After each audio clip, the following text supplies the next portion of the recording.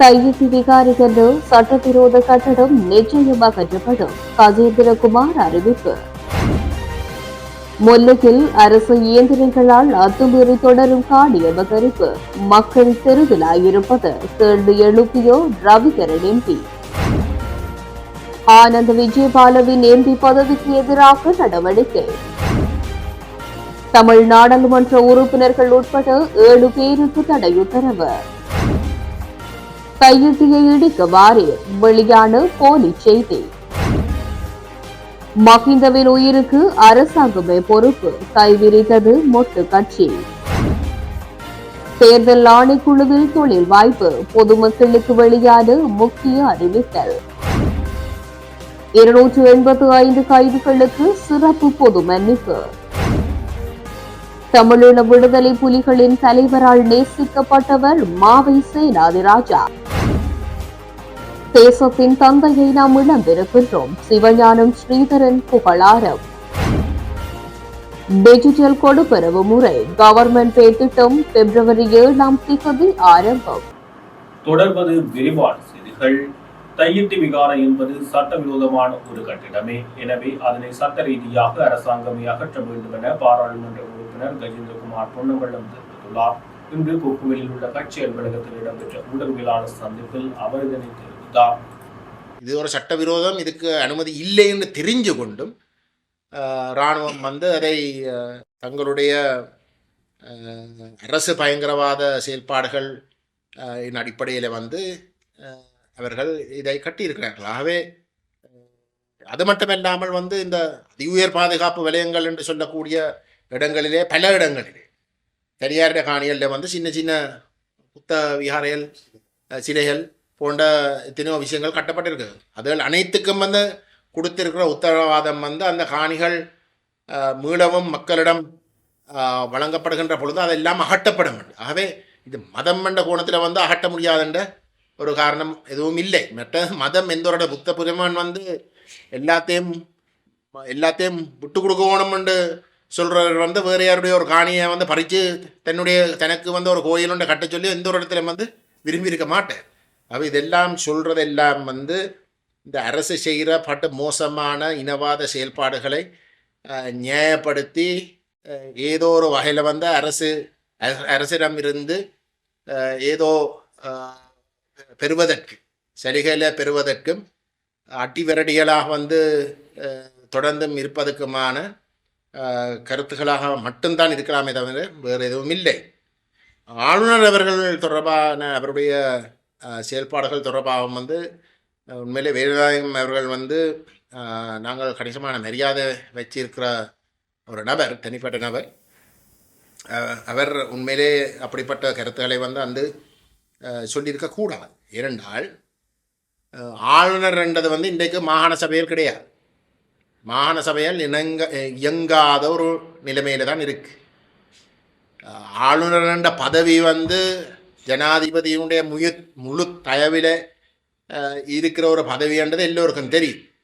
ஆனால் அதை தாண்டியும் ஒரு மாகாண சபை இயங்காமல் இருக்க, ஒரு முதலமைச்சர் இல்லை, அமைச்சரவை இல்லை, மாகாண சபை உறுப்பினர்கள் இல்லை. அப்படிப்பட்ட ஒரு இடத்துல மக்களுடைய உண்மையான குரலாக அந்த மாகாண சபை கட்டமைப்புக்குள்ளே உறுதிப்படுத்துறதுக்கு ஒரு தளமில்லாத நிலையிலே ஆளுநர் அவருடைய கருத்துக்களை சொல்லுகின்ற பொழுது மிக கவனமாக சொல்ல வேணும். அவர் உண்மையிலே அந்த வெற்றிடத்தை விளங்கி கொண்டு மக்களுடைய விருப்பத்தை முழுமையாக பிரதிபலிக்கக்கூடிய ஒரு பாலத்தை ஏற்படுத்துகின்ற ஜனாதிபதிக்கு, மத்திய அரசுக்கும் இங்கே வெற்றிடமாக இருக்கக்கூடிய அந்த மாகாணத்தில் இருக்கக்கூடிய மக்களுடைய பிரதிநிதிகள் சொல்லக்கூடிய தரப்புகள் உடைய கருத்தை கொண்டு போய் சேர்க்குகின்ற ஒரு பாலமாக இருக்க பார்க்க வேணுமே தவிர முற்றுமுழுதாக ஜனாதிபதியின் மத்திய அரசினுடைய ஒரு பிரதிநிதியாக முகவராக செயல்படுவது தவறு. அந்த வகையில் இந்த கருத்துக்களை நாங்கள் உண்மையிலே அந்த கருத்துக்களை கேட்ட உடனே நாங்கள் சரியாக ஏமாற்றம் அடைஞ்சாங்க.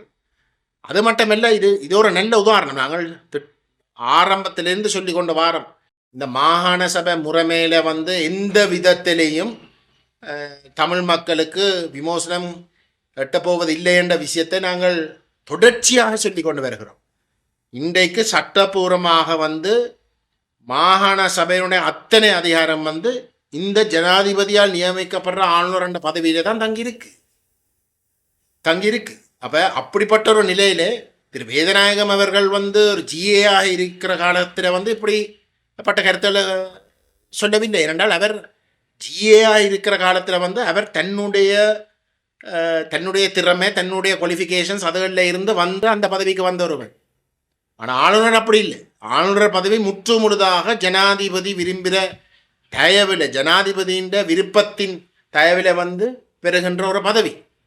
ஆகவே அப்படிப்பட்ட ஒரு பதவி ஒரு நாளும் வந்து அந்த பதவியை கொடுக்குற தரப்புக்கு விசுவாசமாக இருக்கிறதே தவிர வேறு எந்த ஒரு விதத்திலையும் அங்கே இருக்க முடியாது. ஆகவே சட்டபூர்வமாக மாகாண சபைக்கு இருக்கக்கூடிய அத்தனை அதிகாரங்களும் வந்த அந்த ஜனாதிபதியால் நியமிக்கப்படுற ஆளுநர் பதவிக்குத்தான் சொந்தமாக இருக்கிற இடத்துல எந்த அளவுக்கு இந்த மாகாண சபை முறைமையே ஒரு பிரயோசனமற்றதுன்றது இந்த சம்பவம் ஒரு நல்ல ஒரு எடுத்துக்காட்டல். என்றால் ஒரு ஆளுநர் இன்றைக்கு சபை இல்லாத நேரம் அந்த மக்களுடைய குரலாக இருக்க வேண்டிய இடத்திலேயும் அவர் அப்படி இருக்க முடியாத ஒரு இடத்துக்கு தள்ளப்படுற ஒரு நிலைமை தான் இங்கு காணப்படுகின்றது. ஆகவே அதையும் வந்து நான் நினைக்கிறேன் இந்த சம்பவம் நடைபெற்றதை வந்து அனைத்துக்கும் நல்லது ஒரு விஷயம். என்னென்றால் ஒரு தெளிவுபடுத்துறதுக்கு ஒரு மிக சிறந்த ஒரு ஒரு சந்தர்ப்பம் என்றதையும் நான் சுட்டிக்காட்ட விரும்புகின்றேன். இன்னொரு விஷயம், இன்றைக்கு வந்து ஏதோ ஒரு அரசு எடுபடி வேணுமென்று வந்து ஒரு குழப்பத்தை ஏற்படுத்துகிற வகையில்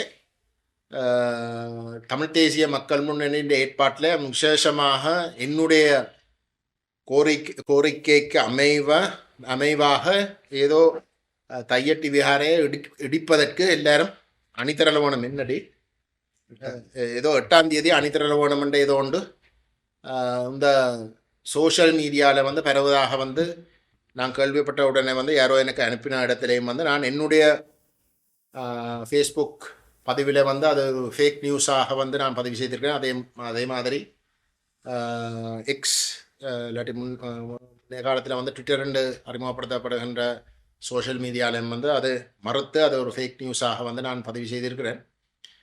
அதையும் நான் சொல்ல விரும்புகிறேன். எங்களை பொறுத்தவரையில் வந்து தையட்டி கட்டப்பட்டிருக்கின்ற அந்த சட்டவிரோத விகாரை அகற்றப்பட வேண்டும்ன்றதில் மாற்று கருத்து கிடையாது. ஆனால் அந்த அகற்றுறதுன்ற விடயம் வந்து சட்டபூர்வமாக வந்து நடைபெற வேண்டிய ஒரு விடயமே தவிர நாங்கள் சட்டத்தை எங்களோட கையில் எடுத்து செய்கின்ற ஒரு விடயமாக நாங்கள் அதுக்கு இணங்க போகிறதில்லை. அப்போ அந்த கோணத்தில் வந்து நாங்கள் செயல்பட போவதில்லை. ஆகவே மக்களுக்கு வந்து நாங்கள் ஒரு தெளிவான ஒரு விடயத்தை சொல்லுகின்றோம். நாங்கள் அந்த விகாரை முற்றுமுழுதாக சட்டவிரோதம், அது அகற்றப்படணும். அது ஒரு விகாரை அல்ல, அது சட்டவிரோத கட்டணம் ஆகத்தான் பார்க்கப்படணும். ஆனால் அந்த அகற்ற வேலை வந்து அந்தந்த அரசு கட்டமைப்புகள் சட்டபூர்வமாக முன்னெடுக்கின்ற ஒரு செயலாகும். அந்த அகற்ற நடவடிக்கை சட்டபூர்வமாக அந்தந்த கட்டமைப்புகள் எடுக்கின்ற செயலாக அமைய வேண்டும் என்பதிலையும் நாங்கள் தெளிவாக இருக்கின்றோம். முல்லைத்தீவு மாவட்டத்தில் படையினர், வடலாகா, வட ஜீவராசிர திணைக்களம் உள்ளிட்ட அரச கட்டமைப்புகள் மக்களுக்குரிய காணிகளை தொடர்ந்து அத்துமீறி அபகரிப்பு செய்வதால் மக்கள் குடியிருப்பதற்கே காணிகள் இல்லாத நிலை ஏற்பட்டுள்ளதாக வன்னி மாவட்ட பாராளுமன்ற உறுப்பினர் துரைராசா ரவிகரன் சுட்டிக்காட்டியுள்ளார். இவ்வாறு அரசு இயந்திரங்கள் தொடர்ந்தும் மக்களின் காணிகளை ஆக்கிரமிப்பு செய்தால் மக்கள் வீதிகளில் குடியிருப்பது என்றும் அவர் இதன்போது கேள்வி எழுப்பியுள்ளார். முல்லைத்தீவு துணுக்காய் பிரதேச அபிவிருத்தி ஒருங்கிணைப்பு குழு கூட்டம் 3/2/2025 ஆகிய இன்றைய தினம் இடம்பெற்றது. இக்கூட்டத்தில் துணுக்காய் பிரதேச செயலர் பிரிவில் 255 குடும்பங்களுக்கு குடியிருப்பதற்கு காணி இல்லை என முறையிடப்பட்டது. இந்நிலையில் கருத்து தெரிவிக்கும் போதே நாடாளுமன்ற உறுப்பினர் ரவிகரன் மேற்கண்டவாறு தெரிவித்துள்ளார். துணுக்காய் பிரதேச செயலர் பிரிவில் ஐயங்குளத்தில் 21 குடும்பங்களுக்கு, பழைய முறைகண்டியில் 4 குடும்பங்களுக்கும், புத்துவட்டுவான் பகுதியில் 12 குடும்பங்களுக்கும், கல்வளான் பகுதியில் 15 குடும்பங்களுக்கும், தென்னியன்குளம் பகுதியில் 5 குடும்பங்களுக்கும், கோட்டை கட்டிய குளம் பகுதியில் 5 குடும்பங்களுக்கும், அம்பலப்பெருமாள் குளம் பகுதியில் 5 குடும்பங்களுக்கும், அமதிபுரம் பகுதியில் 7 குடும்பங்களுக்கும், துணுக்காய் பகுதியில் 8 குடும்பங்களுக்குமாக மொத்தம் 255 குடும்பங்கள் துணுக்காய் பிரதேச செயலர் பிரிவிலே காணியற்றவர்களாக காணப்படுகின்றனர். இந்நிலையில் முல்லைத்தீவு மாவட்டத்தின் பல பகுதிகளிலும் படையினராலும் வனலாகா வனஜீவராசிகள் திணைக்களம் உள்ளிட்ட அரசு இயந்திரங்களினால் மக்களுடைய காணிகள் அதிகளவில் அபகரிக்கப்பட்டிருப்பதற்கான புள்ளி விவரங்கள் நம்மிடம் உள்ளன. இவ்வாறு அபகரிக்கப்பட்டுள்ள இந்த காணிகள் மீட்கப்பட்டு வலிந்து காணிகள் இல்லாமல் செய்யப்பட்ட மக்களுக்கு இந்த காணிகள் பகிர்ந்தளிக்கப்பட வேண்டும். குறிப்பாக வனலாகா மக்களிடமோ கிராம அலுவலர், பிரதேச செயலாளர், மாவட்ட செயலர் எவருடனும் தொடர்பு கொள்ளாமல் அறிவித்தல் வழங்கப்படாமலேயே இவ்வாறு மக்களின் காணிகளில் எல்லை கற்கள் எடுக்கின்ற செயற்பாட்டில் ஈடுபடுகின்றார்கள். இனி இவ்வாறான செயற்பாடுகள் நிறுத்தப்பட வேண்டும். தமது வன்னி பகுதிகளில் நீண்ட காலமாக இடம்பெற்ற யுத்தம் காரணமாக தமது பகுதிகளில் இருந்து இடம்பெயர்ந்த மக்கள் நீண்ட காலத்திற்கு பிறகே தமது இடங்களில் மீள குடியேறியுள்ளனர். இந்நிலையில் அந்த மக்கள் இடம்பெயர்விற்கு முன்னர் வாழ்ந்த குடியிருப்பு காணிகள், நெற்செய்கை காணிகள், மேட்டு பயிர்ச்செய்கை காணிகள் உள்ளிட்ட அனைத்து காணிகளும் பச்சை காடுகளாக காணப்படுகின்றன. இவ்வாறு பச்சை காடுகளாக காணப்படும் மக்களின் காணிகளையே வனலாகா வனஜீவராசிகள் திணைக்களம் உள்ளிட்ட அரசு திணைக்களங்கள் எந்த அறிவிப்புகளையும் செய்யாது தமது எல்லை கற்களையிட்டு ஆக்கிரமிப்பு செய்கின்ற செயற்பாடுகளில் ஈடுபட்டு வருகின்றனர். இவ்வாறு மக்களின் காணிகளை ஆக்கிரமிப்பு செய்கின்ற திணைக்களங்களை சார்ந்தவர்கள் இவ்வாறான பிரதேச அபிவிருத்தி ஒருங்கிணைப்பு குழு கூட்டங்களுக்கு வருவதில்லை. இந்த அபகரிப்பாளர்கள் இந்த கூட்டங்களில் கலந்து கொள்ள வேண்டும். இவ்வாறானவர்களின் செயற்பாடுகளை மிக வன்மையாக கண்டிக்கின்றேன்.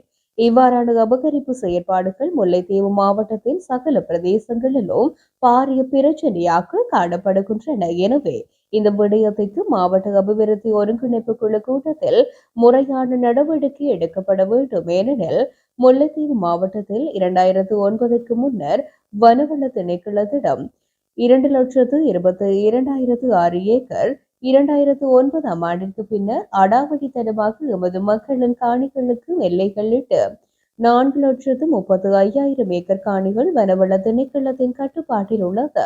அந்த வகையில் 2009ஆம் ஆண்டுக்கு முன்னர் எமது மக்களின் காணிகளை விடுதலை புலிகள் பாதுகாத்தனர்.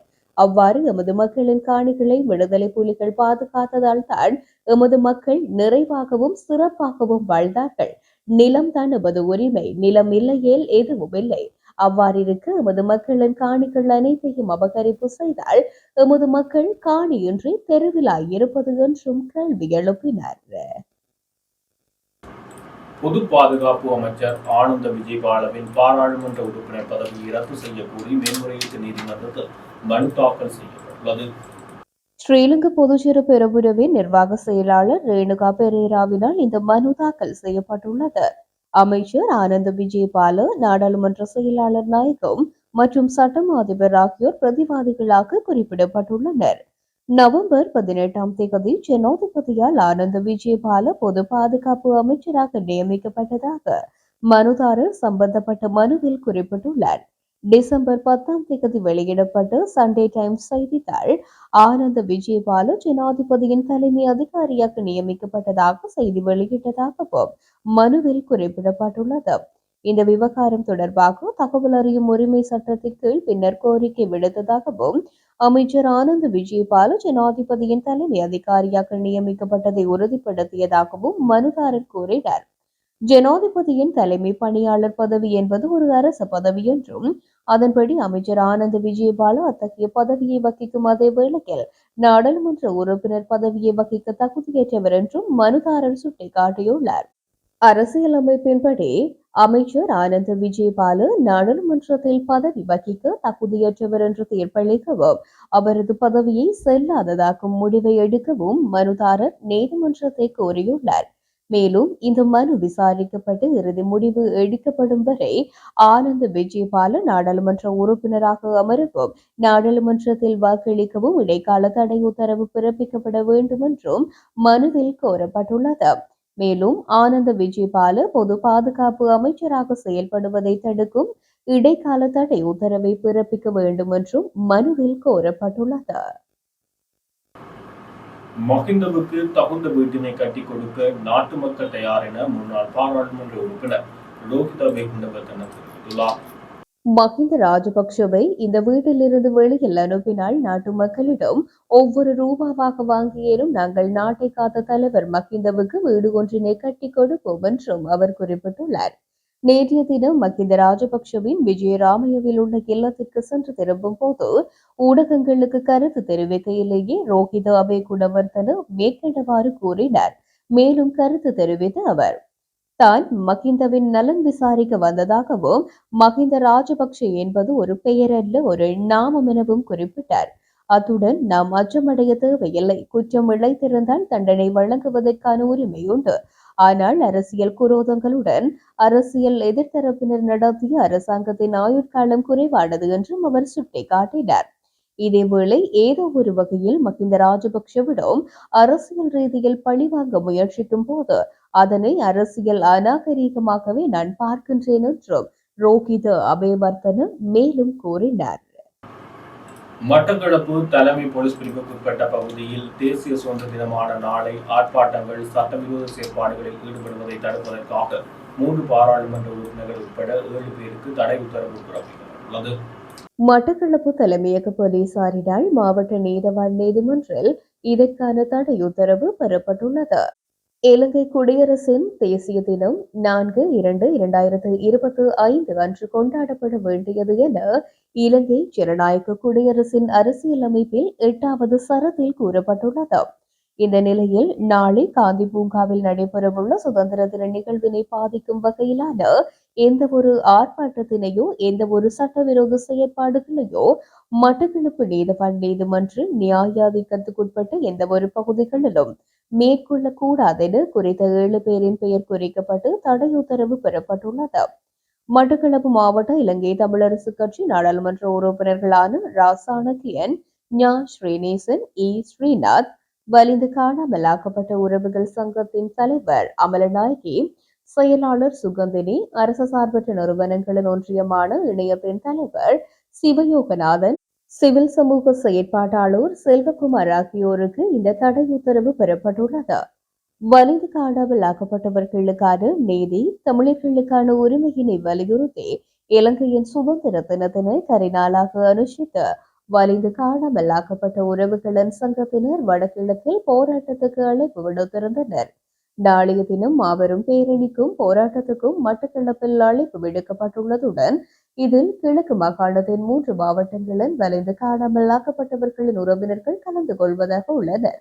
இதே நேரம் ஜனநாயகத்தினை பாதுகாக்கப் போவதாக கூறி ஆட்சிக்கு வந்துள்ள தேசிய மக்கள் சக்தியின் அரசாங்கமும் ஜனநாயகத்தினை குழி தோண்டி புதைக்கும் செயற்பாடுகளையே முன்னெடுத்துள்ளதாக சிவில் சமூக செயற்பாட்டாளர்கள் தெரிவித்துள்ளனர்.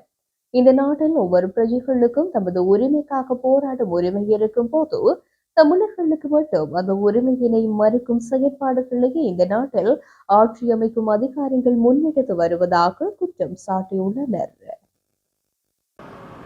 யாழ் தையிட்டு விகாரை இடிக்க வாரீர் என குறிப்பிட்டு கஜேந்திரகுமார் பொன்னம்பலம் பெயர் உள்ளடக்கப்பட்டு வெளியான செய்தி போலியானது என பாராளுமன்ற உறுப்பினர் கஜேந்திரகுமார் பொன்னம்பலம் தெரிவித்துள்ளார். இது தொடர்பில் அவர் தனது முகப்புத்தக கணக்கில் பகிர்ந்துள்ளார். எதிர்வரும் 8ஆம் தேதி காலை 10 மணியளவில் யாழ் தையிட்டு விகாரியை இடிக்க வருமாறு கோரி துண்டு பிரசுரம் ஒன்று வெளியிடப்பட்டுள்ளது. குறித்த துண்டு பிரசுரத்தில் நாடாளுமன்ற உறுப்பினர் கஜேந்திரகுமார் பொன்னம்பலம் தலைமையில் இந்நடவடிக்கை முன்னெடுக்கப்பட உள்ளதாக குறிப்பிடப்பட்டுள்ளது. அத்துடன் அந்த விளம்பரத்தில் சிங்கள ஆக்கிரமிப்பின் சின்னமாய் விளங்கும் தையிட்டு திசவிகாரியை இடித்தளிக்கும் மாபெரும் புரட்சி போராட்டம் எனவும் சுட்டிக்காட்டப்பட்டுள்ளது. மேலும் விகாரியை இடிக்க வருபவர்கள் அலவாங்கு, பிக்கான், மண்வெட்டி போன்ற ஆயுதங்களை தாங்கி வாருங்கள் என்றும் குறிப்பிடப்பட்டுள்ளது. இந்நிலையில் தனது தலைமையில் முன்னெடுக்கப்பட உள்ளதாக கூறும் குறித்த தகவல் போலியானது என கஜேந்திரகுமார் பொன்னம்பலம் தெரிவித்துள்ளார். முன்னாள் ஜனாதிபதி மஹிந்த ராஜபக்சவின் உத்தியோகபூர்வ இல்லம் ஒப்படைக்கப்பட்டதை தொடர்ந்து அவரது உயிருக்கு ஏற்படும் அச்சுறுத்தலுக்கு அரசாங்கம் பொறுப்பேற்க வேண்டும் என புதிய பெரமுனவின் பொதுச் செயலாளர் சாகர காரியவசம் தெரிவித்துள்ளார். கொழும்பில் இன்று நடைபெற்ற ஊடகவியலாளர் சந்திப்பில் கருத்து தெரிவிக்கும் போது அவர் இதனை குறிப்பிட்டுள்ளார். அதன்படி அரசாங்கம் உத்தியோகபூர்வ அறிவிப்பை வெளியிட்டால் முன்னாள் ஜனாதிபதி மஹிந்த ராஜபக்ஷ தனது உத்தியோகபூர்வ இல்லத்தை விட்டு வெளியேற தயாராக இருப்பதாகவும் அவர் கூறியுள்ளார். அத்தோடு நல்லாட்சி அரசாங்கத்தால் மஹிந்த ராஜபக்ஷவுக்கு உரிய இல்லம் உத்தியோகபூர்வமாக வழங்கப்பட்டுள்ளதனால் அதிலிருந்து வெளியேற விரும்பினால் அது குறித்து அதிகாரப்பூர்வ அறிவிப்பு வெளியிடப்பட வேண்டும் என்றும் அவர் சுட்டிக்காட்டினார். அப்படி ஒரு அறிவிப்பு வெளியிடப்பட்டால் மஹிந்த ராஜபக்ஷ ஒரு கணம் கூட அங்கே தங்க மாட்டார் என்றும் அது குறித்து இங்கும் அங்கும் அறிக்கைகளை வெளியிடுவதில் எந்த அர்த்தமும் இல்லை என்றும் சாகர காரியவசம் மேலும் கூறினார். விவசாயிகளின் நெல்லுக்குரிய நிர்ணய விலையை தீர்மானிக்க அரசாங்கம் துரித நடவடிக்கைகளை மேற்கொள்ள வேண்டும் என பாராளுமன்ற உறுப்பினர் செல்வம் அடைக்கலநாதன் தெரிவித்துள்ளார். மன்னாரில் உள்ள அலுவலகத்தில் இன்றைய தினம் திங்கட்கிழமை காலை இடம்பெற்ற ஊடக சந்திப்பின் போது அவர் இவ்வாறு குறிப்பிட்டுள்ளார். அவர் மேலும் தெரிவிக்கையில், அரசாங்கம் தொடர்ந்தும் விவசாயிகள் மீது கருணை காட்டவில்லை என்ற குற்றச்சாட்டு முன்வைக்கப்படுகின்றது. விவசாயிகள் தொடர்ச்சியாக ஏற்படுகின்ற இயற்கை அனர்த்தத்தினால் பாரிய அழிவுகளை சந்திக்கின்றனர். எனினும் தமது பாதிப்புக்கு நியாயமான தீர்வை தர வேண்டும் என்று கோரிக்கை விடுக்கும் அதே நேரம் அரசாங்கம் விவசாயிகளின் நெல்லின் விலையை நிர்ணயம் செய்யும் நிலையில் அவரது சிந்தனை இருக்கவில்லை என்பதை குறிப்பிட விரும்புகின்றேன். பொறுப்பான அமைச்சர் நெல்லின் நிர்ணய விலையை அறிவிப்பதாக கூறுகின்ற அதே நேரம் அனுராதபுரம் மற்றும் ஏனைய பகுதிகளில் நெல் அறுவடை முடிந்த பின்னரே நெல்லுக்கு நிர்ணய விலையை தாம் தெரிவிப்பதாக கூறியுள்ளார். அனுராதபுரத்தில் உள்ள விவசாயிகள் மாத்திரமே விவசாயிகள் என்றும் வடக்கு கிழக்கில் உள்ள விவசாயிகளை விவசாயிகள் போல் தெரியவில்லையா என்றும் கேள்வி எழுப்பியுள்ளார். நெல்லுக்கான நிர்ணய விலையை அரசாங்கம் குறைவாக நிர்ணயிக்க உள்ளதாக அறிகின்றோம். இதனால் விவசாயிகள் விவசாயத்திற்காக செலவு செய்த முதலீடுகளை மீள பெற்றுக்கொள்ள முடியாத நிலை ஏற்படும். எனவே அரசாங்கம் விவசாயிகள் நஷ்டத்தை எதிர்நோக்காத வகையில் கூடிய விலை நிர்ணயத்தை தீர்மானிக்க வேண்டும். அவ்வாறு செய்யவில்லை என்றால் ஏனைய தனியார் நெல் கொள்வனவு செய்கின்றவர்கள் அரசாங்கத்தை விட மிகவும் குறைவாகவே நெல்லை பெற்றுக்கொள்ள விலையை அவர்கள் தீர்மானிப்பார்கள். எனவே கூடிய அளவிலான விலையை நெல்லுக்கு அரசாங்கம் தீர்மானிக்கின்ற போது தனியார் நெல் கொள்வனவு செய்கின்றவர்களும் கூடுதலான விலைக்கு நெல்லை கொள்வனவு செய்வார்கள். விவசாயத்திற்காக விவசாயிகள் வங்கிகளில் கடனை பெற்றும் நகைகளை வங்கியில் அடைமானம் வைத்தும் பணத்தை பெற்று விவசாயத்தை முன்னெடுத்துள்ளனர். வறுமை கோட்டின் கீழ் உள்ள விவசாயிகளை நாங்கள் தூக்கி விடுவதாக இருந்தால் அவர்களின் நெல்லுக்கான உரிய விலை நிர்ணயிக்கப்பட வேண்டும். எனவே புதிய அரசாங்கம் சாக்குப்போக்கு கூறாமல் நெல்லின் விலையை நிர்ணயம் செய்து அழிவில் இருக்கும் விவசாயிகளை கை தூக்கிவிட வேண்டும் என்பது எமது கோரிக்கையாக உள்ளது என்றும் செல்வம் அடைக்கலநாதன் குறிப்பிட்டுள்ளார். தேர்தல் ஆணைக்குழுவில் தொழில் வெற்றிடங்கள் காணப்படுவதாக வாட்ஸ்அப்பின் ஊடாக போலி தகவல்கள் பகிரப்படுவதாக தேர்தல்கள் ஆணைக்குழு அறிவித்துள்ளது.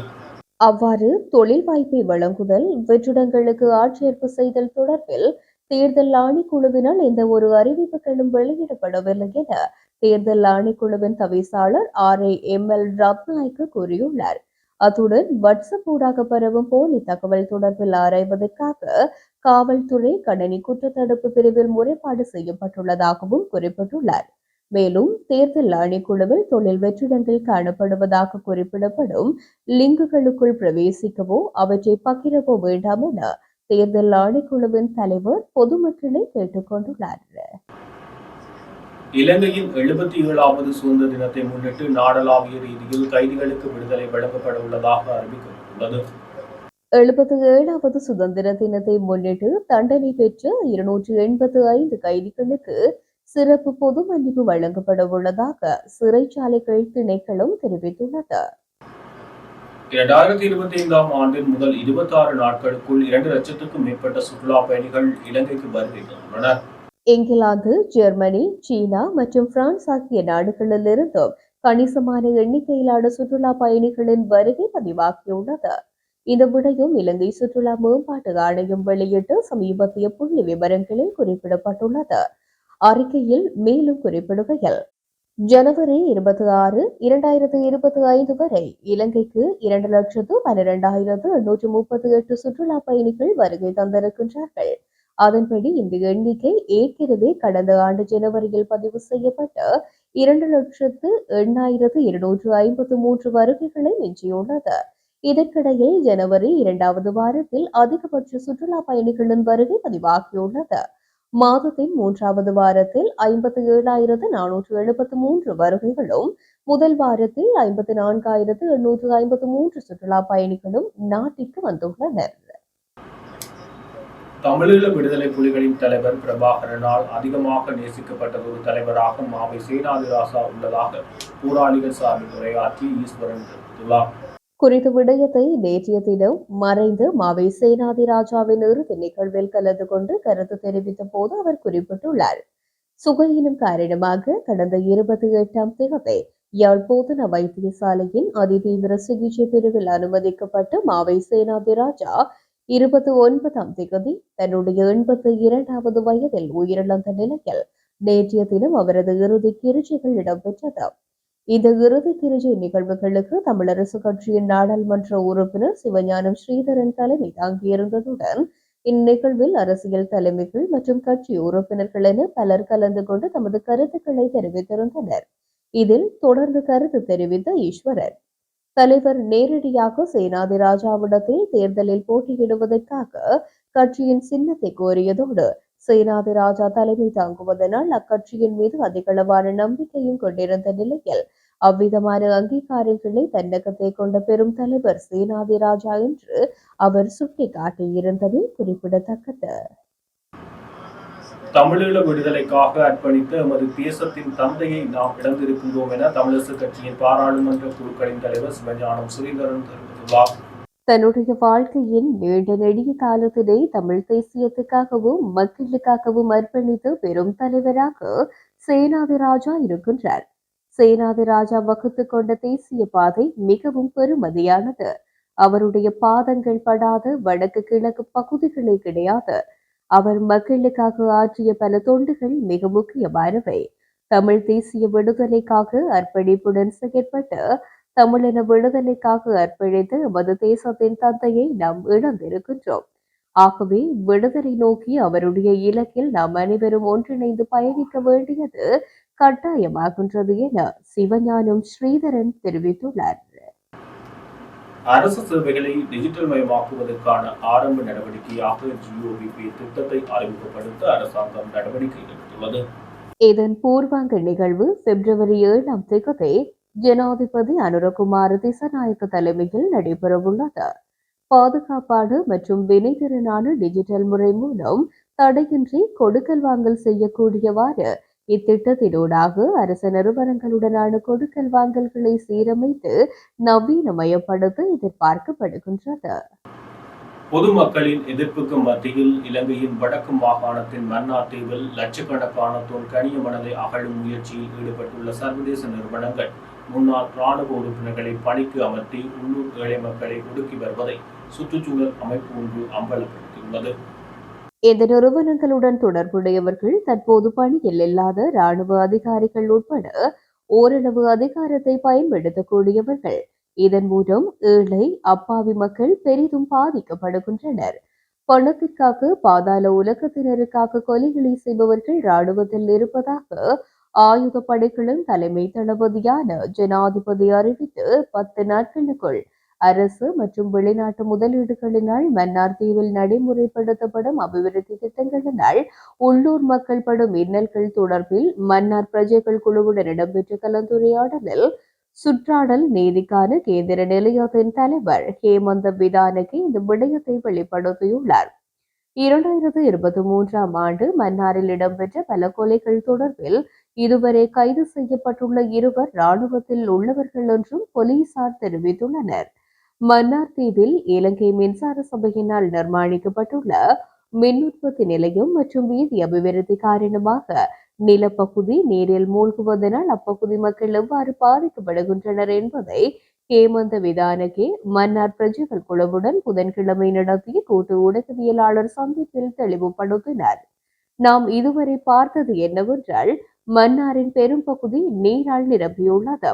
தாழ்வான நிலங்கள் அனைத்தும் நிரம்பியுள்ளன. மக்கள் மிகவும் சிரமத்திற்குள்ளாகியுள்ளனர். அவர்கள் வேலை இழந்துள்ளனர். அவர்களுக்கு மனசல கூட வசதி இல்லை. மேலும் சிறுவர்கள் தண்ணீரில் இறங்கி பாடசாலைக்கு செல்ல வேண்டியுள்ளது. அந்த வீடுகள் பல வாரங்களாக இந்த வெள்ள நீரில் மூழ்கியுள்ளன என்றார். இத்துடன் ஜெஃப்னா கேலரியின் இரவு நேர பிரதான செய்திகள் நிறைவு. மேலதிக செய்திகளை அறிந்து கொள்ள நமது இணையதள பக்கமான www.jeffnagallery.lk என்ற இணையதளத்துடன் இணைந்துள்ளீர்கள்.